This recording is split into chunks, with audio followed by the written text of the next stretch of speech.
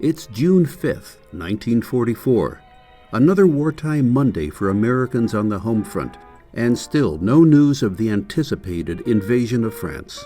Over 1.5 million American men and women are now in Great Britain, equipped and trained for the invasion, and over 300 news correspondents are waiting to follow them.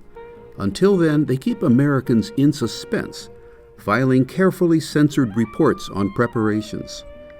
If you're stateside on that June morning, you're probably one of the 66 million Americans heading off to work.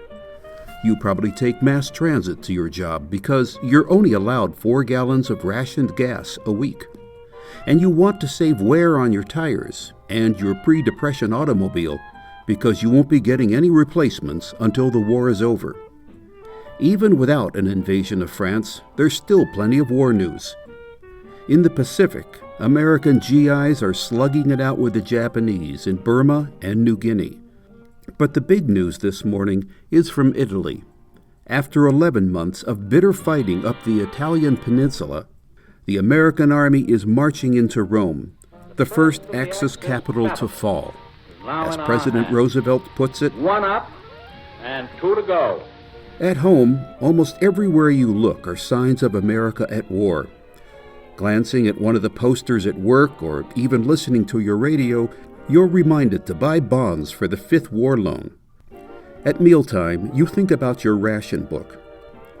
You may use sugar stamp number 40 in your war book to buy 5 pounds of sugar this week. Meat, other than beefsteak, isn't rationed, but there's a chronic shortage of the better cuts of meat at your store. Don't throw away that bacon grease. And being a true patriot, you're saving all your old cooking fats and greases. They're needed to make explosives, as well as 800 other items for the war effort. After work, you might go to your local theater, where you'll find about half the movies concern the war. This week, you can choose from battle epics like The Eve of St. Mark, Tampico, The White Cliffs of Dover, and The Story of Dr. Wassel. Even in the comic strips, the highly popular Dick Tracy is pursuing a new villain, the Brow, a Nazi spy. As it awaits D-Day, the Saturday Evening Post reports on the incredible bravery and skill of American pilots flying missions over France. It describes how therapists are using psychodrama to help soldiers recover from battlefield trauma. A recently repatriated journalist reports on living conditions in Germany, now in its 5th year of war.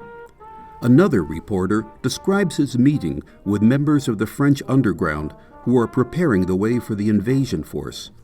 Late tonight, these resistance fighters will become the first people outside the Allied forces to hear news of the invasion. A BBC announcer will read 2 lines of poetry which tell the underground that the invasion force is on its way. And if you're still awake at 3:30, you too might be among the very first to hear the biggest story of the year. Claiming that the invasion of Western Europe has begun. D-Day has arrived. This video is brought to you by the Saturday Evening Post Digital Archives. Saturday Evening Post members can explore our 200-year-old archive for only $15 a year. Subscribe today.